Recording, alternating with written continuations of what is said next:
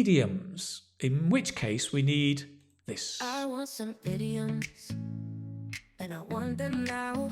I want some idioms, but I don't know how to learn them, how to remember them. All I know, and I really think so, is that I want some idioms now.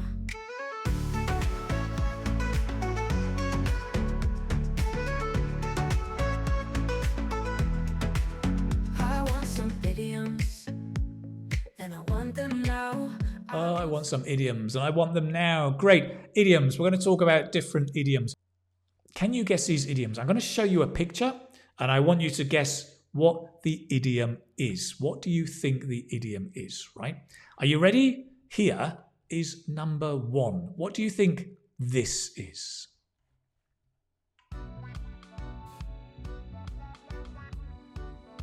Any guesses? Be the crafter. B is good, you can see. What about the arrow? Where is the arrow? Busy as a bee, maybe? Be a patient. Be the lion is a very good guess. Not quite. Be the sower. Okay, so the sower, what's another word? What is the sower doing?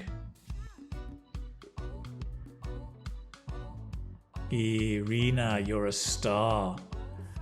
Be the sower. No. Layla, thank you for your comments. Be the bee's knees. Maybe. Haha. Be on pins and needles. Very good test. Very good guess. Very good guess. The answer for this one is the following. Let me show you. To be on the mend. Right? Be on the mend. The sower is mending. To mend is to fix or repair. To be on the mend, well done Irina, is to be getting better or recovering from a sickness. For example, I was off work ill for 2 weeks, but now I am on the mend. To be on the mend. So when you're getting better, you can say to everybody, I am on the mend. I am on the mend. It's like your body is fixing itself, is repairing itself, right? Excellent. Good. That was it. That was number 1. Let's move on to number 2. What about this one? Can you guess this idiom? This one will be easier now.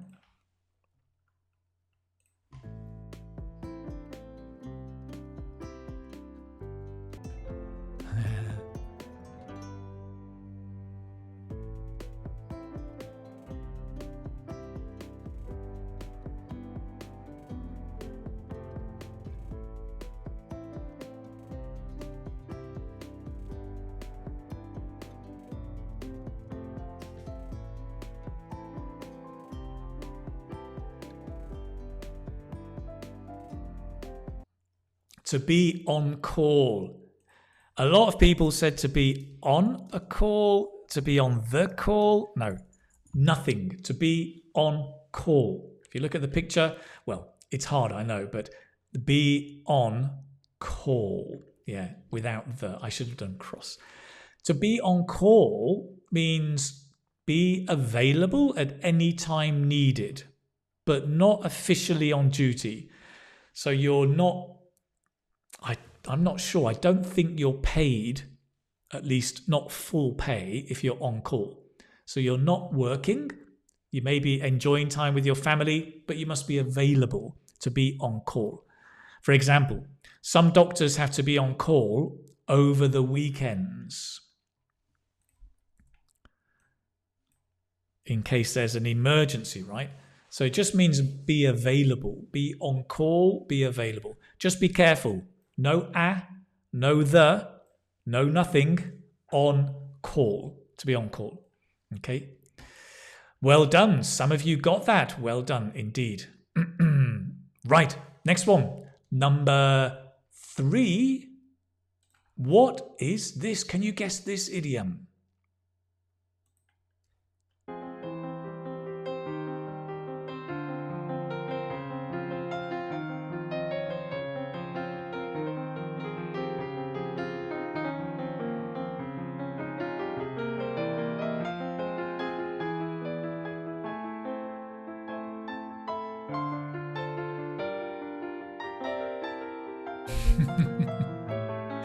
Empty the clock? What?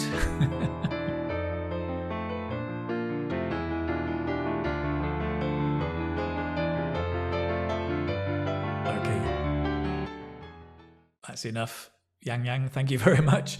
Shizuka, spot on. Round the clock. Round the clock, as you can see. Very good guesses from a lot of you, but the answer is round the clock. And this means all day and night, or more idiomatically, just non-stop. For example, some nurses work round the clock at the weekend.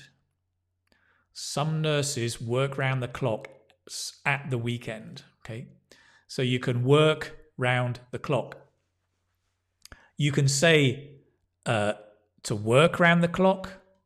You can say to be on call round the clock. If you're a student, maybe you study round the clock. The night before an exam, you may study round the clock. Basically, non-stop, right? All day, all night, 24 hours. But it's idiomatic, so you can be more liberal in your use.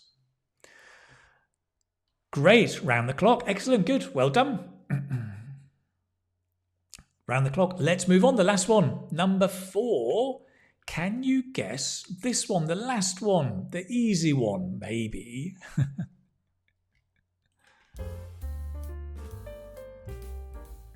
Oh, you're on the right lines, Samira.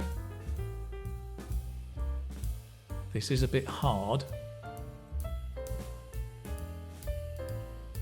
Sybil, almost.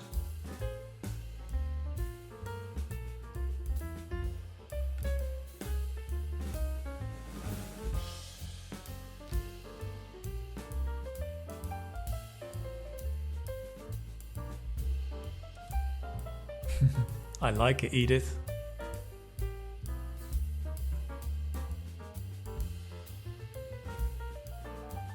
Good guess, Raihan.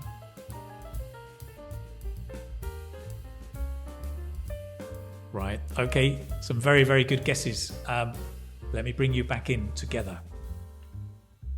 This one, not to be out of the forest, but to be out of the woods.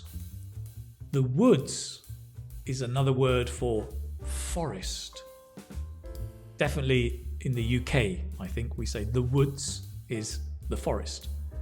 So we don't normally say to be out of the forest, we say to be out of the woods with a with a plural S. Okay, and it means to be out of danger. Usually we use it in the negative, right? I am not out of the woods. For example, the patient is stable now. So that means the patient had a problem, but now they are okay. Let's make it easier. The patient is better now, but she's not out of the woods yet. So it means she's not completely out of danger. Maybe there was a big accident, they were sick, they did an operation, and she's better, but she's not out of the woods. Okay. We can use this not just about hospitals, but at work, with friends, any kind of situation, even kind of joking a bit where you're, where you're in trouble for something. I don't know, I'm trying to think, for example, with children, when children do something bad and the parents find out, and the children think that they've got away with it, that they're okay, but they may say, oh, I think we're okay, but we're not out of the woods yet. Our parents may find out what we've done. So you can use it in different contexts, but it's very common in the hospital context where a patient has an operation and they're better, but they're not out of the woods just yet. So they're not 100% better. They're not out of danger.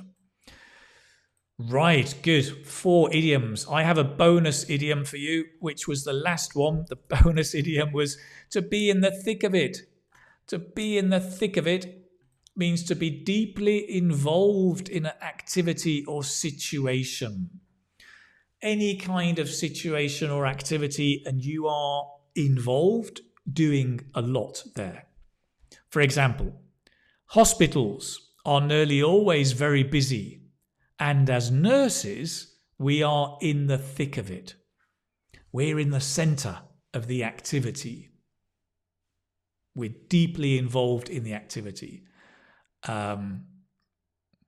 That's it, to be in the thick of it. Again, you can use this for work, for hospitals, for families. There's a lot of activity and the parents are in the thick of it. When you're organising a birthday party with all the children, the parents are in the thick of it. They're in the centre of all the activity. Okay, a lot of idioms. I don't want to throw too much of you, but this is just a reference that you can have and can use. Okay, excellent.